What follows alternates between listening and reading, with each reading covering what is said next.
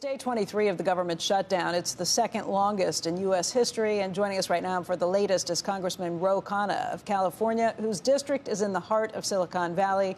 Ro, thank you for coming in. All right, turn into the on-camera Ro Khanna now. Because we just had a long conversation off camera. We agreed on what we probably should do, which is the way we always do it. Well, what we should do, first of all, we may not agree on this point, but why can't we get an exception to the filibuster to keep government open? I told you why. Why? Because if you do it now with Republicans and the Democrats have the chance next time they're able to do it, they'll do it for the worst thing in the world. I would never set that precedent. I'm saying just to keep government open. I mean, why can't you just vote for it? Why can't you get a couple of normal senators just to vote for it? Why don't we get to the point where nobody can shut down the government? Because I think shutting down the government has been a pretty terrible situation. I agree with no matter that. who's used it over. And Johnson had a proposal of automatic funding, which I think it makes sense. But, you know, you're going to have the speaker on later. We came into Congress together. Just tell them to open up Congress. At least we can vote on paying the troops.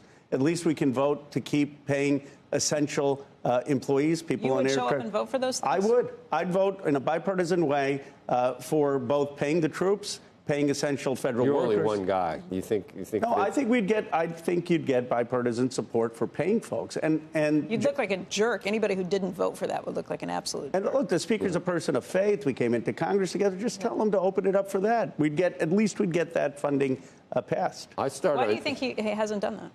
Well, he's going to disagree with this, but my view is on the Epstein files. I mean, he hasn't sworn in Adelita Grijalva. He doesn't want to vote on Nancy and That would be the vote that would release the Epstein files.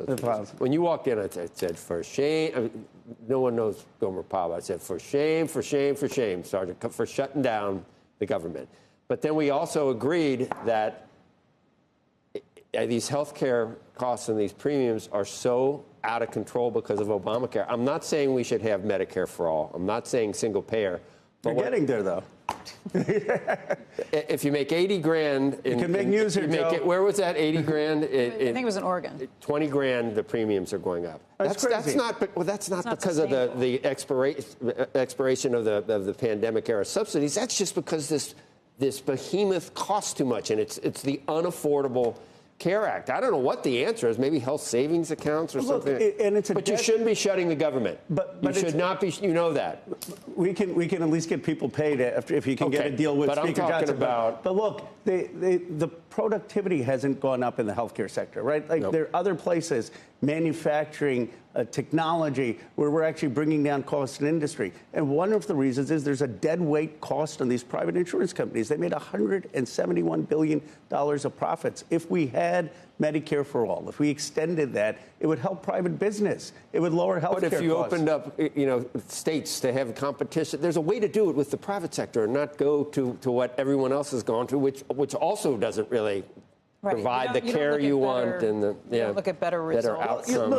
You still have private doctors, you still have private hospitals, private nurses. You're just saying that what people have on Medicare from 65, you extend it to folks. But that gets to the point where you're basically rationing health care and saying we will only pay so much for certain things. And that's what we've gotten to with Medicare. Well, I don't think Medicare is rationing more than the private industry. I mean, you are on private insurance. That's where you get rationed. You have to get your pre-authorization. You get things denied. Medicare actually doesn't do that. Will you break with the party and say this is wrong, that you're really holding the government hostage to getting what they want? And it wasn't just the $340 billion that they want for the subsidies. They got a bunch of other stuff that they want that raises it to $1.5 trillion.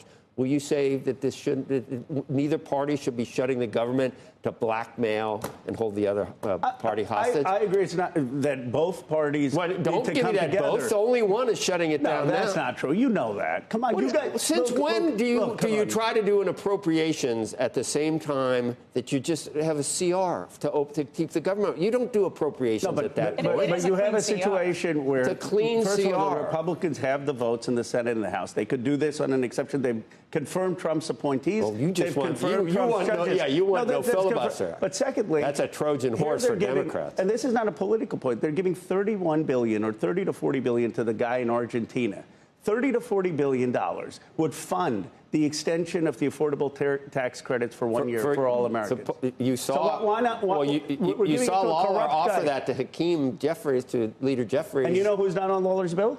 Speaker Johnson. See if you can get Speaker Johnson to agree to lower. So neither one of them are on it. He can't convince. What would it do if we decided to do it for an extra year, or to kick the can down the road? But you think you could get? I don't even know that it would matter if we're talking about these premiums that are going up by that much. But look, you told me, I didn't even know that $20,000 increase of premiums for a. This is I saw it. I mean, I haven't confirmed it, but it was on.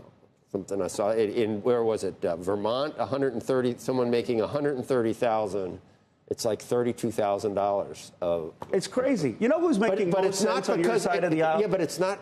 That doesn't mean it's right that we just extend it. That's just that's not putting a Band-Aid on it. That's like opening up the wound. What are the actual fixes that would lower health care costs short of going straight to Medicaid or Medicare for all? I mean, one is going after Medicare Advantage, right? Okay. I mean, this is actual fraud where Medicare Advantage is having people sicker than they are, and our taxpayer dollars are paying for it. Both parties finding things that they're like finding things. Let's test for this. Oh, it turns out you didn't even know you had it, and then that's one of the things I've supported with President Trump. I think we should have a vote on it. Is his executive order going after big pharma? Why are Americans paying 2 to 3 times more than countries? People in other parts of the world. In developed parts of the world, too. In developed parts of the world, in Germany, in Japan.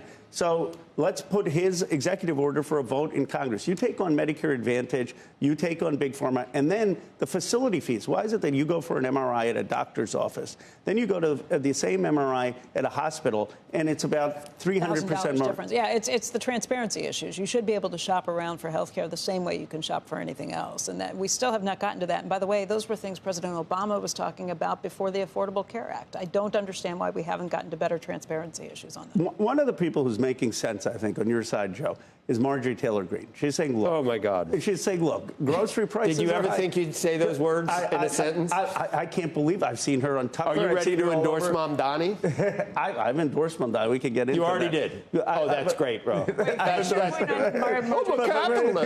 capitalist. I like Silicon Valley. I'm a pro-growth. I'm a pro-growth progressive. Pro-growth progressive. That's an oxymoron. No, it's not. Yes, it is. Yes, it is. Marjorie Taylor Greene, she said, look, food prices are too high. Grocery prices are high, rent is high, insurance is high. Everybody agrees with that. It's how you bring those prices down. So here's what my push is. Look, I'm for Medicare for all.